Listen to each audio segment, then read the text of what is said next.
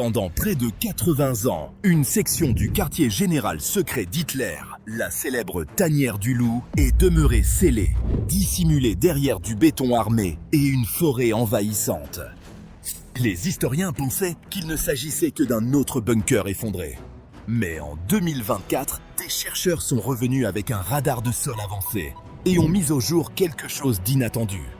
Une série de cellules de prison nazies, demeurées intactes depuis les derniers jours de la Seconde Guerre mondiale. Ce qu'ils ont découvert à l'intérieur a stupéfié même les experts les plus aguerris. Et jamais les nazis n'auraient voulu que quiconque voie cela. Heinrich Himmler est l'ombre du complot Valkyrie. Heinrich Himmler n'était pas un commandant de champ de bataille. C'était un bourreau bureaucratique qui a gravi les échelons nazis en maîtrisant la peur, la loyauté et l'élimination systématique. En 1944, il contrôlait les SS, la Gestapo et toutes les forces de police du Troisième Reich. Après l'échec de la tentative d'assassinat du 20 juin contre Hitler, connue sous le nom de complot Valkyrie, Himmler a assumé des pouvoirs quasi dictatoriaux sur la sécurité intérieure. Il voyait le complot non seulement comme une trahison, mais comme une occasion de purger l'armée allemande de quiconque dont la loyauté envers Hitler n'était pas absolue. Quelques heures après l'attentat, Himmler est arrivé à la tanière du loup avec pleine autorité pour agir. Ce qui a suivi n'était pas une enquête légale. C'était une purge déguisée en justice. Des centaines d'officiers de haut rang, y compris des vétérans décorés et même d'anciens héros de guerre, ont été arrêtés. Certains ont été pendus publiquement à Berlin, suspendus par des fils de piano dans des salles d'exécution conçues pour prolonger la souffrance. D'autres ont été emmenés discrètement, torturés pour obtenir des aveux, et n'ont jamais été revus. Les dossiers ont été falsifiés ou effacés. Des familles entières ont été ciblées pour créer une culture de la terreur. Hitler a regardé certaines des exécutions sur film dans ses quartiers privés et aurait exigé que davantage d'officiers soient pris en exemple.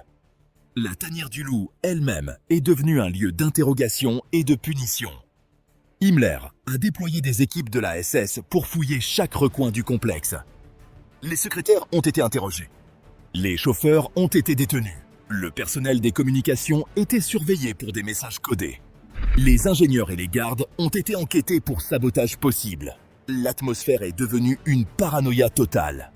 Même les fidèles de longue date craignaient de dire quelque chose de mal ou d'être associés à la mauvaise personne. La loyauté ne suffisait plus. Elle devait être prouvée, jour après jour.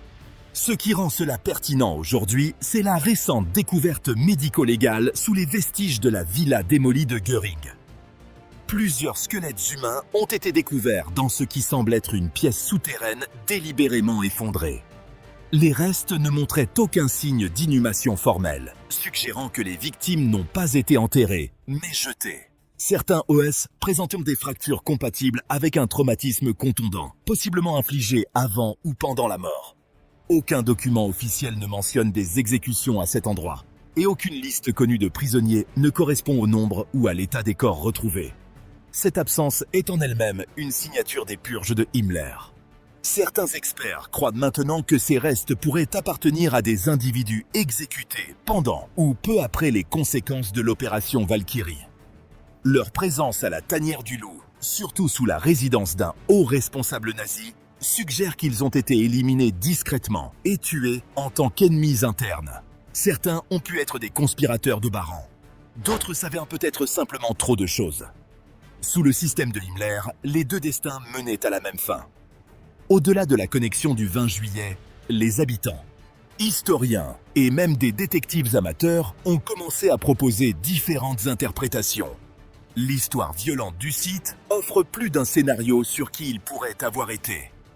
L'une des théories les plus largement soutenues est que les squelettes appartenaient à une famille locale de Prusse orientale qui a disparu pendant l'occupation nazie.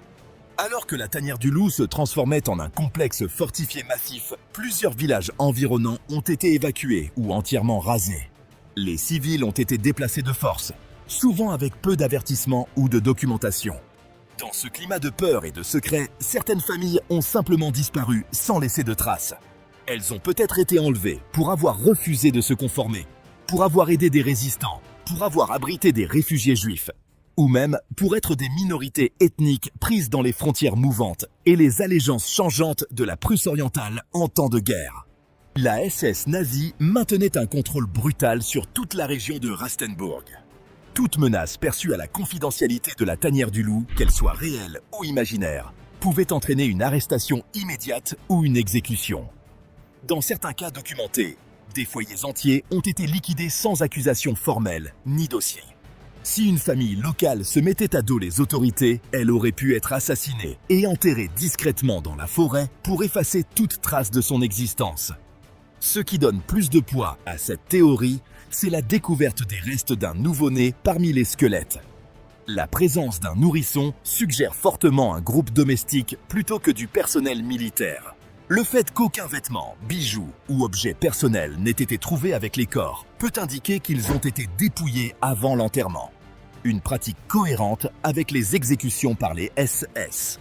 Les experts soutiennent maintenant que les corps pourraient appartenir à des travailleurs forcés enrôlés dans l'organisation Todt, le groupe d'ingénierie paramilitaire responsable de la construction du quartier général oriental de Hitler. Ces travailleurs, nombreux venant de l'Union soviétique ou de la Pologne occupée, étaient soumis à des conditions brutales et à une surveillance constante. Les accusations de sabotage, de tentatives d'évasion ou de vol entraînaient souvent des exécutions rapides et non documentées. Certains ont été enterrés sur place pour éviter l'attention, surtout s'ils sont morts dans des circonstances suspectes ou honteuses. Certains chercheurs pensent également que les restes pourraient provenir de civils, allemands ou soviétiques, pris dans les tirs croisés lors de l'effondrement du front de l'Est au début de l'année 1945. Alors que l'armée rouge avançait et que la tanière du loup était évacuée et partiellement détruite, le chaos régnait. Les ordres étaient souvent peu clairs. Les soldats étaient débordés. Les civils étaient parfois abattus en tant qu'espions ou pillards présumés. Dans un tel scénario, les victimes pourraient avoir été exécutées à la hâte, puis enterrées sans trace pendant la panique de la retraite. Il existe également une interprétation moins sinistre, bien que toujours tragique. La région entourant la tanière du loup était fortement minée pour empêcher l'infiltration des Alliés. Il est possible que les victimes aient été tuées dans un accident lié à une mine. Cela pourrait inclure des civils errant dans la zone interdite ou des soldats tentant de désarmer ou de déplacer des explosifs. La présence du nouveau-né, cependant, pose question. Pourquoi un nouveau-né se serait-il trouvé près de l'un des endroits les plus fortifiés et dangereux de l'Europe, occupé par les nazis?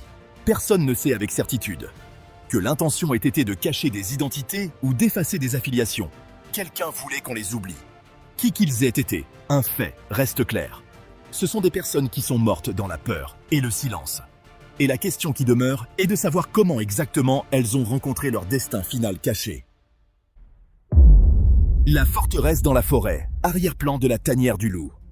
En 1940, alors qu'Adolf Hitler se préparait pour son invasion massive de l'Union soviétique, les nazis avaient besoin d'un quartier général qui ne pouvait pas être détecté depuis les airs et qui pouvait résister à l'annihilation si elle survenait. Ce qu'ils ont construit était plus qu'une base. C'était une forteresse cachée de peur enfouie sous les arbres, les marais et les filets de camouflage. Elle est devenue connue sous le nom de tanière du loup. Un lieu qui sentirait la terreur et le secret pendant des décennies. Il a été construit entre 1940 et 1941 sous la direction des ingénieurs de Hitler et de l'organisation Todt. C'était le même groupe qui exploitait le travail forcé pour construire des autoroutes, des camps de la mort et des bunkers à travers l'Europe. Le site a été choisi avec une intention malveillante. Les forêts de Masurie étaient denses, marécageuses et isolées. Quiconque entrait sans permission risquait de disparaître à jamais. Vu du ciel, les avions ne voyaient que du vert à perte de vue. Sous cette couverture trompeuse, les nazis ont creusé l'un des centres de commandement les plus redoutés de la guerre. Le complexe s'est développé pour inclure plus de 200 structures, y compris des bunkers, des casernes, des centrales électriques, des postes de garde et sa propre gare. Hitler exigeait qu'il soit autosuffisant, capable de survivre même s'il était coupé du monde extérieur. Ses défenses étaient terrifiantes. La tanière du loup avait 3 anneaux de sécurité distincts appelés Sperrkreise. L'anneau extérieur était bordé de champs de mines et de fils barbelés capables de déchiqueter les intrus. Le second était rempli de chiens hargneux, de gardes armés et de tours de guet. L'anneau le plus intérieur abritait le bunker de Hitler, ses salles de conférence et les quartiers de vie de son cercle intime. Peu d'endroits sur Terre étaient aussi hermétiquement scellés. Les bunkers eux-mêmes étaient monstrueux. Leurs murs faisaient jusqu'à 8 mètres d'épaisseur, renforcés avec de l'acier et recouverts de filets de camouflage et de mousse. Les fenêtres étaient de minuscules fentes ou totalement absentes. À l'intérieur, c'était humide, suffocant et empestait la moisissure. La lumière entrait à peine.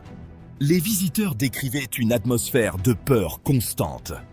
Pourtant, c'est ici qu'Hitler a choisi de mener la guerre à l'Est. Il a vécu à la tanière du Loup pendant plus de 800 jours, dirigeant des campagnes qui ont condamné des millions à la mort.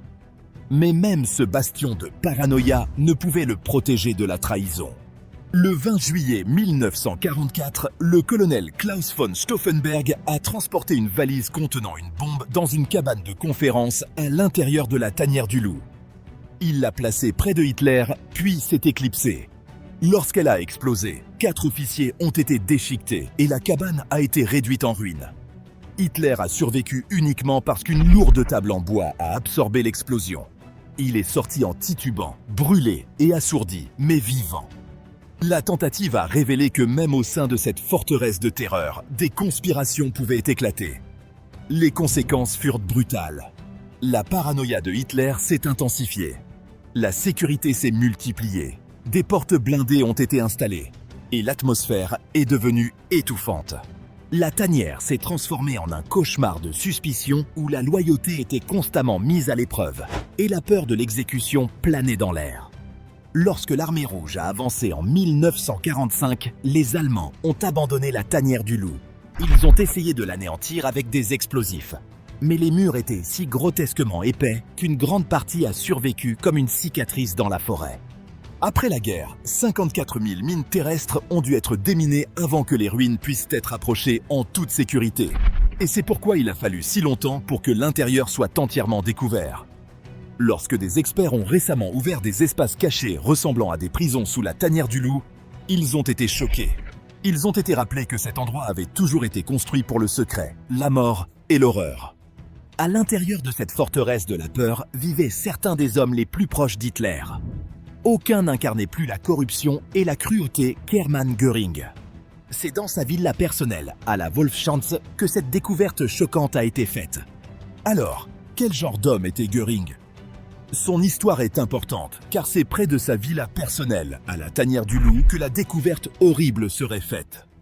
Les experts fouillent maintenant désespérément dans ses archives pour trouver des indices sur le rôle qu'il aurait pu jouer, en lien avec ce qui a été découvert sous ses cellules cachées.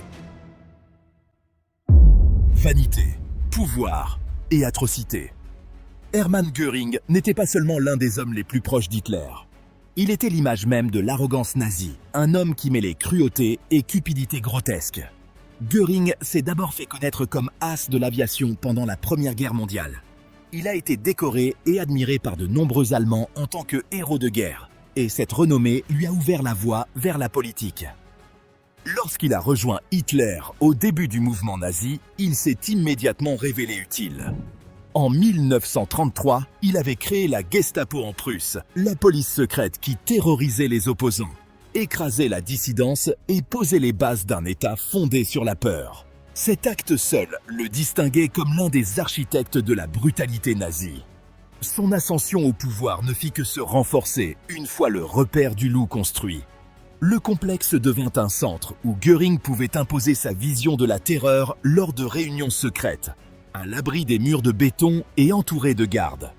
Dès 1935, Göring fut nommé commandant en chef de la Luftwaffe, nouvellement créée. Cette nomination lui conféra un prestige énorme et le plaça au cœur de la machine de guerre de Hitler. Au début, la Luftwaffe s'est rapidement développée sous son commandement et semblait prouver la puissance croissante de l'Allemagne.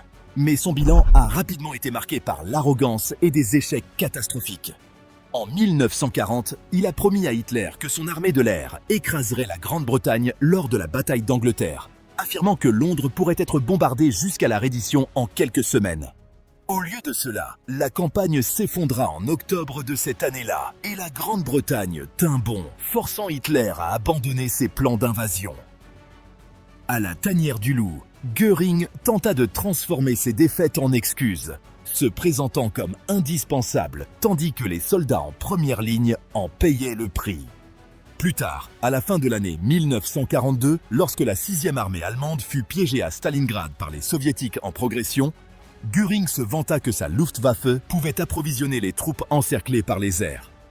Il s'est engagé à livrer des centaines de tonnes de nourriture, de carburant et de munitions chaque jour. La réalité fut catastrophique. Ces avions n'ont réussi qu'à livrer une fraction de ce qui était nécessaire. Les soldats mourèrent de faim, gelaient et manquèrent de munitions. En février 1943, la 6e armée avait été anéantie, avec plus de 90 000 survivants faits prisonniers, dont la plupart ne reviendraient jamais. Ces échecs ont coûté d'innombrables vies, mais Göring s'accrochait toujours à son pouvoir. À la tanière du loup, il s'asseyait confortablement lors des réunions, insistant sur son autorité et prétendant que ses promesses creuses n'avaient pas condamné une armée à la mort. Göring contrôlait également le plan de 4 ans, qui était conçu pour préparer l'Allemagne à la guerre totale. À travers ce programme, il a exploité le travail forcé, pillé des ressources et ordonné l'extraction brutale de biens des nations conquises. Il s'est fait l'un des hommes les plus riches du Reich par le vol et la corruption. La tanière du loup lui offrait un autre avantage. Derrière ses murs lourdement gardés, Göring pouvait superviser ses politiques en toute sécurité, tout en profitant de luxe qui contrastait avec la misère de millions de personnes à l'extérieur. Sa cupidité se manifestait le mieux à Marienhall, le palais massif qu'il a construit en dehors de Berlin. Cette propriété était remplie d'œuvres d'art pillées, volées dans des musées et des familles juives à travers l'Europe. Des peintures de maîtres comme Rembrandt et Raphaël décoraient ses murs. Il remplissait les pièces d'or, de bijoux, de fourrures et de meubles extravagants. À la tanière du loup, Göring vivait dans des quartiers confortables, tandis que d'autres autour de lui enduraient la peur et les difficultés.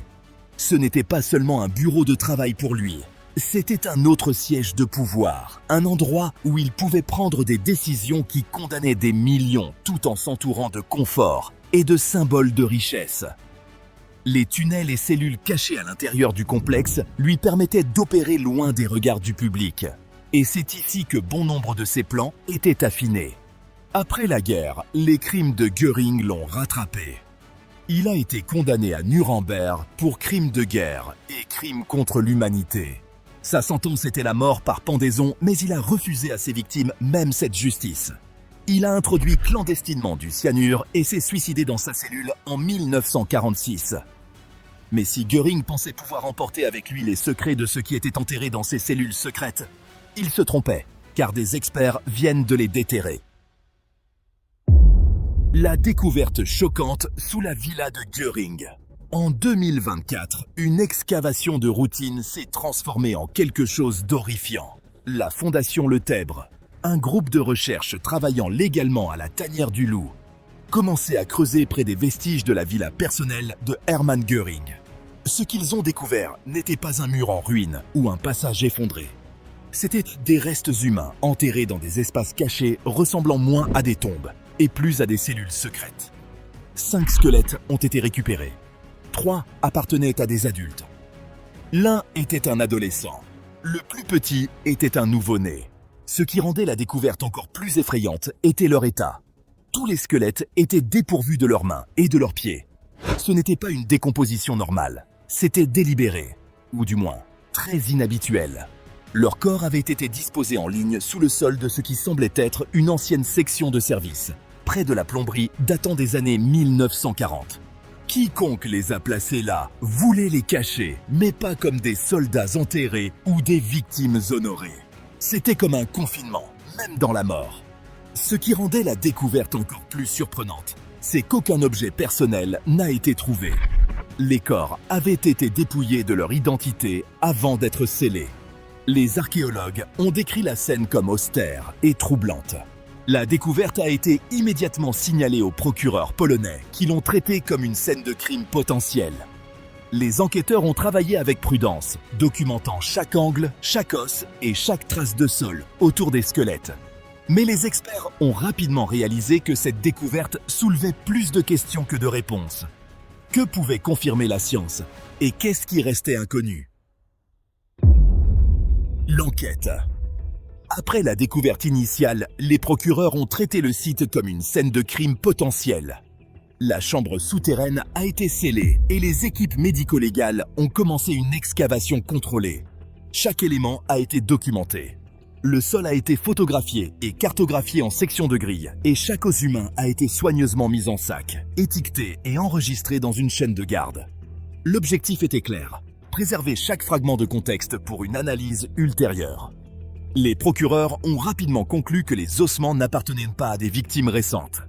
En se basant sur leur état et leur profondeur, la détermination légale était étroite, mais cruciale. Les restes semblaient dater d'avant 1945, possiblement des années de l'entre-deux-guerres. Cette décision a clos l'enquête criminelle. Les scientifiques légistes se préparent maintenant à analyser les restes par étapes. La première phase impliquera probablement des tests d'isotopes de strontium et d'oxygène.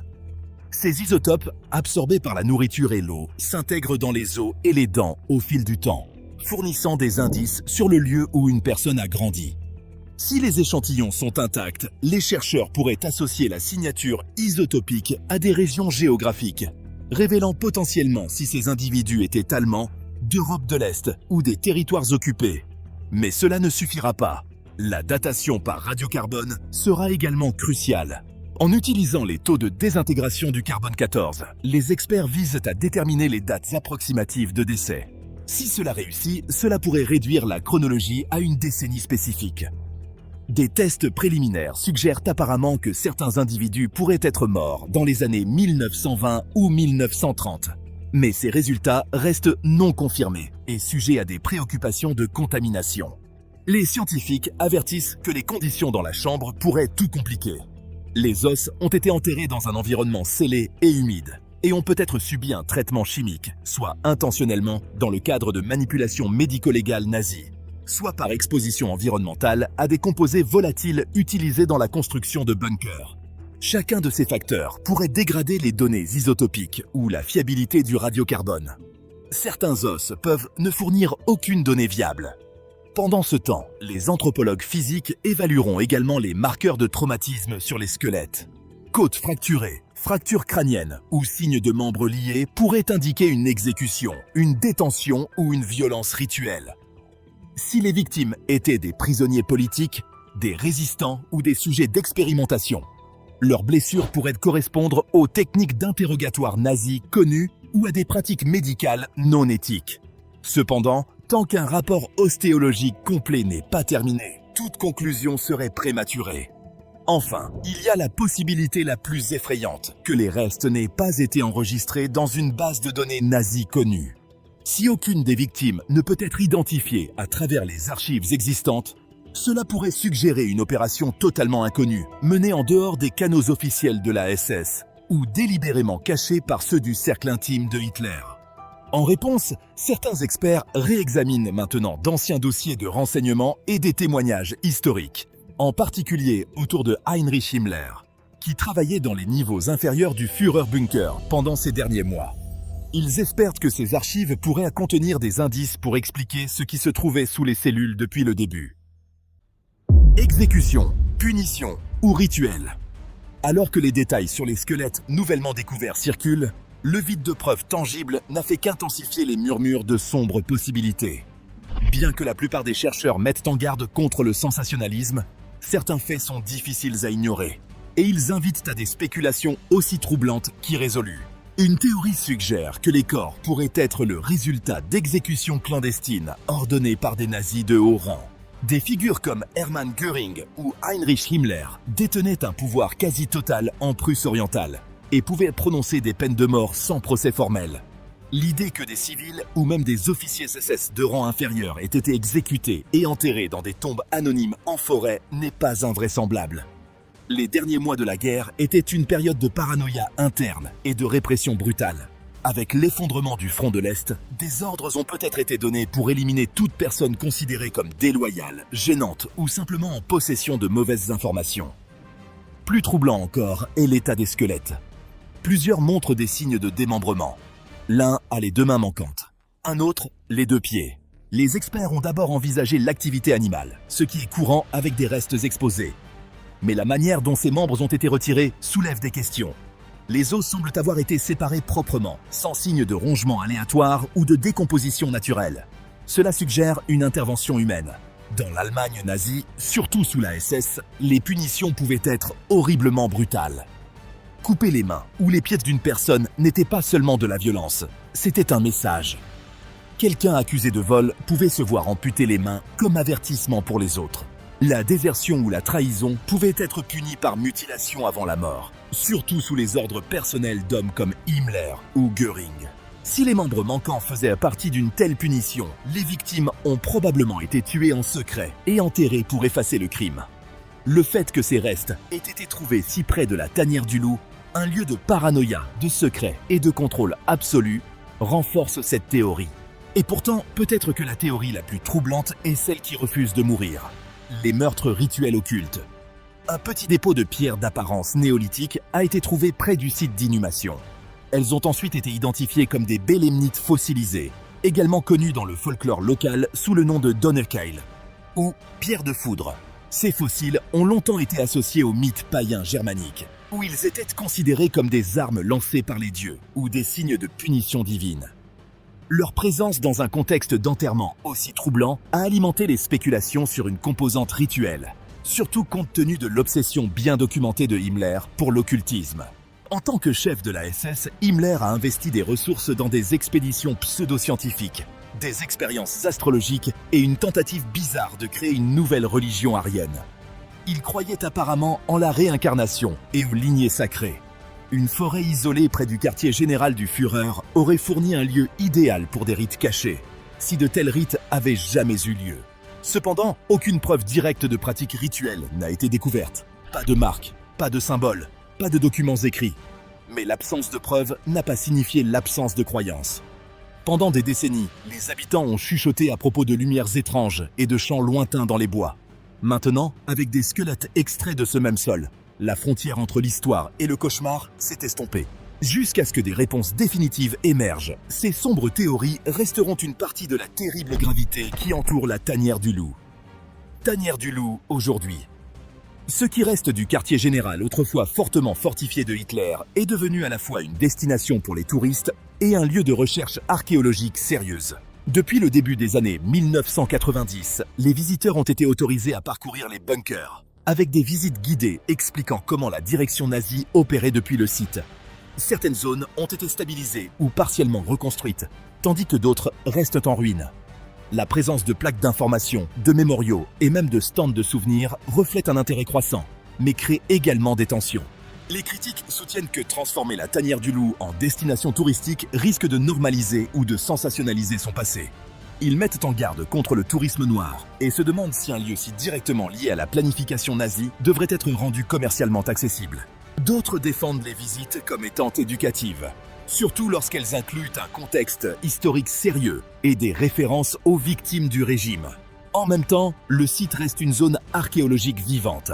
Des fouilles récentes ont mis au jour des portes blindées scellées chimiquement, des systèmes de ventilation censés faire partie d'une stratégie de défense chimique, et des escaliers dissimulés non répertoriés dans les plans originaux. Ces découvertes suggèrent que la tanière du loup était encore plus complexe qu'on ne le pensait auparavant. Certains chercheurs croient qu'il y a encore des pièces non découvertes, peut-être cachées sous des débris ou dans un terrain envahi par la végétation. La découverte en 2024 a ravivé l'intérêt et la suspicion. Des questions se posent maintenant sur ce que le site pourrait encore cacher. Les autorités polonaises ont autorisé de nouvelles enquêtes limitées, mais l'accès reste strictement contrôlé. Et tant que cela continue, la tanière du loup restera l'un des lieux les plus troublants et inachevés de l'histoire. N'oubliez pas le pouce en l'air si la vidéo vous a plu. Et surtout, abonnez-vous et activez la cloche des notifications.